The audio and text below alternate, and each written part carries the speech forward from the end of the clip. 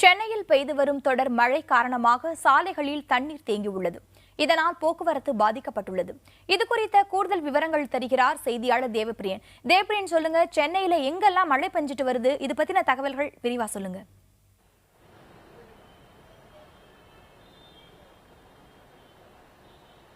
வேதவள்ளி, கடந்த சில நாட்களாகவே தமிழகத்தில் வடகிழக்கு பருவமழை தீவிரமடைந்து வரும் நிலையில் இன்று காலை வடபழனி, கிண்டி, அசோக் நகர், கே நகர், சாலிகிராமம் போன்ற பல இடங்களிலும், மாதவரம், தாம்பரம் போன்ற பல இடங்களிலும் மழை பெய்தது. குறிப்பாக நான் இருக்கக்கூடிய வடபழனியில் எப்போது பருவமழை பெய்தாலும் மழை பெய்தாலும் குறிப்பாக அதிக அளவுக்கு தண்ணீர் தேங்கி போக்குவரத்து நெரிசல் ஏற்படுவது என்பது வழக்கம்.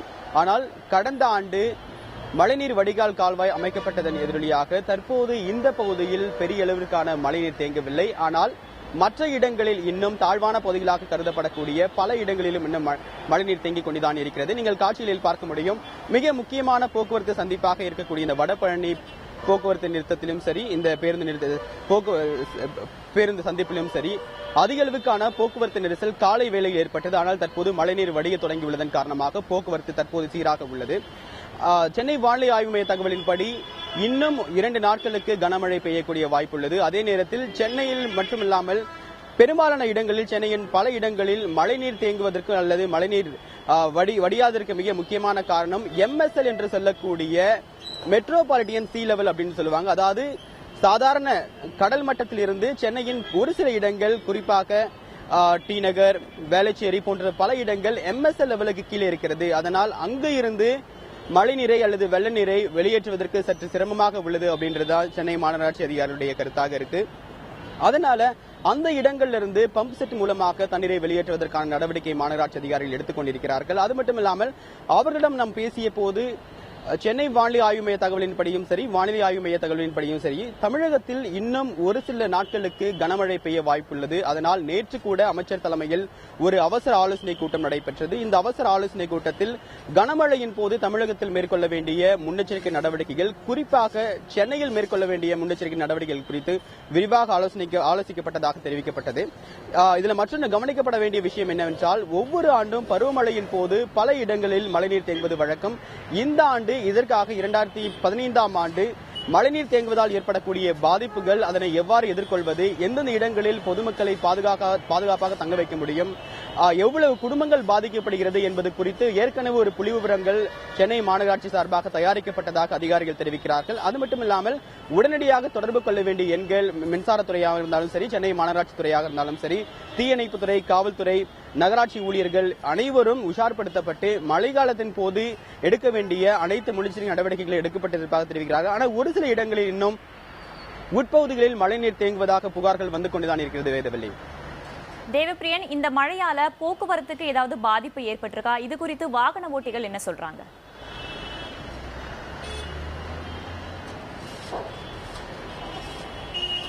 நிச்சயமா வேதவள்ளி, இன்னைக்கு காலையில சுமார் நம்ம 7 மணிலிருந்தே நம்ம களத்துல இருக்கோம். மழை பெய்ய தொடங்கியதிலிருந்து நிறைய வாகன ஓட்டிகள் அந்த நேரத்தில், காலை நேரத்தில் வாகன நெரிசல் என்பது சற்று குறைவாகவே இருக்கும்.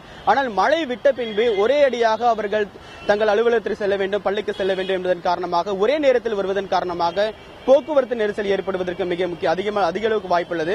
ஆனால் இன்று தற்போது ஒரு சுமார் 7:30 மணி அளவிலேயே போக்குவரத்து என்பது ஓரளவுக்கு சீராகிவிட்டது என்றால் சொல்ல முடியும். இது ரொம்ப பீக் அவர், அதாவது அதிக அளவுக்கு வாகனங்கள் சாலை அலுவலகங்களை நோக்கி செல்வதோ அல்லது பள்ளிக்கூடங்கள் நோக்கி செல்வதோ, தங்களது சொந்த பணிகளுக்காக செல்வதோ என்பது இது ரொம்ப பீக் அவர்ஸ் அப்படின்ற காரணமாகவே மழை ஏற்பட்டால் அதிக அளவுக்கு போக்குவரத்து நெரிசல் ஏற்படுவது என்பது வழக்கம்.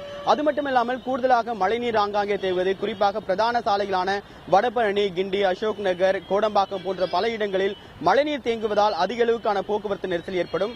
தற்போது கடந்த ஆண்டு போடப்பட்ட இந்த மழைநீர் வடிகால் வாய்க்கால் காரணமாக உடனடியாக இந்த மழைநீரானது உடனடியாக சென்று விடுகிறது. வடிகால் கால்வாய் வழியாக மற்ற இடங்களுக்கு சென்றுகிறது. அதனால் அதிக அளவுக்கான தண்ணீர் தேங்குவதில்லை அப்படின்றத மாநகராட்சி கருத்தா இருக்கு. தற்போது கூட நம்ம காலையில இருந்து மழை பெஞ்சிட்டு இருந்தது. தற்போது நம்ம களத்துல வந்து பார்க்கும்போது அதிக அளவுக்கான மழைநீர் தேங்கவில்லை அப்படின்றதான் கள உண்மையா இருக்கு. ஆனா மற்ற இடங்களில், குறிப்பாக இன்னும் மழைநீர் வடிகால் கால்வாய் அமைக்கப்படாத இடங்களில் இன்னும் மழைநீர் தேங்கிக் கொண்டுதான் இருக்கிறது.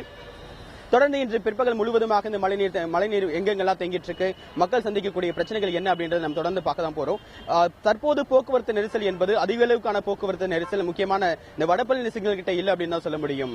வேதவள்ளி, தேவப்பிரியன், சென்னையில மழை நீடிக்குமா? சென்னை வானிலை ஆய்வு மையம் இது குறித்து என்ன சொல்கிறது? வானிலை ஆய்வு மைய தகவலின்படி வடகிழக்கு பருவமழை கடந்த அக்டோபர் மாதம் 28ஆம் தேதி தமிழகத்தில் தொடங்கியது.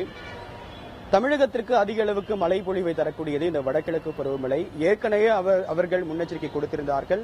தொடர்ந்து ஒரு வாரத்திற்கு மேலாக கனமழை நீடிக்க வாய்ப்புள்ளது.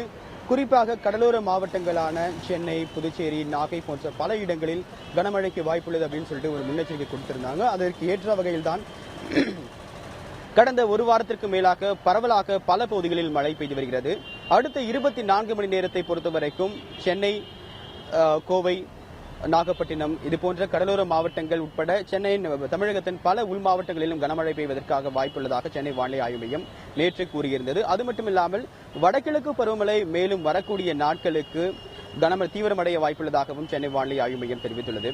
இதற்கு காரணம் என்னவென்றால் எல்னினோ பாதிப்பு, அதாவது எல்னினோ பாதிப்பின் காரணமாக பருவமழைகள் பெரும்பாலும் பாதிக்கப்பட்டாலும் கூட தமிழகத்திற்கு மழை பொழிவை தரக்கூடிய வடகிழக்கு பருவமழையானது ஓரளவுக்கு சாதகமான தாக்கத்தை பெற்றிருப்பதாகவும், எனவே இந்த ஆண்டுக்கு இயல்பான அளவு, அதாவது எதிர்பார்த்த அளவிற்கு வழக்கமாக பெய்யக்கூடிய மழை பொழிவு இருக்கும் என்றுதான் எதிர்பார்க்கப்படுகிறது.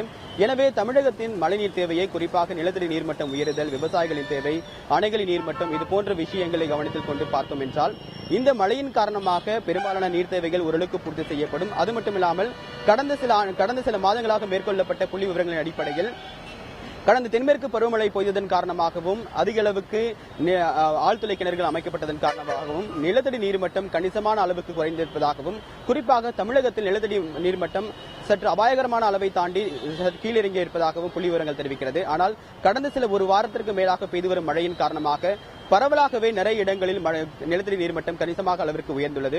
இனி வரக்கூடிய நாட்களிலும் நல்ல மழைக்கு வாய்ப்பு இருப்பதாகவும், குறிப்பாக இந்த மழை காரணமாக அணைகளின் நீர்மட்டமும் சரி, விவசாயிகளின் தேவையும் சரி பூர்த்தியடைய வாய்ப்பு இருப்பதாகவும், எனவே அதற்கேற்ற வகையில் தான் தமிழக அரசு சார்பாகவும் அனைத்து விதமான முன்னெச்சரிக்கை நடவடிக்கைகளையும் மேற்கொள்ளப்பட்டுள்ளதாகவும் தமிழக அரசு சார்பாக தெரிவிக்கப்பட்டுள்ளது. நேற்று கூட அமைச்சர் தலைமையில் இந்த அவசர கால நடவடிக்கை குறித்து ஒரு கூட்டம் நடைபெற்றது. அதில் மேற்கொள்ளப்பட வேண்டிய முன்னெச்சரிக்கை நடவடிக்கை குறித்தும் விவாதிக்கப்பட்டது.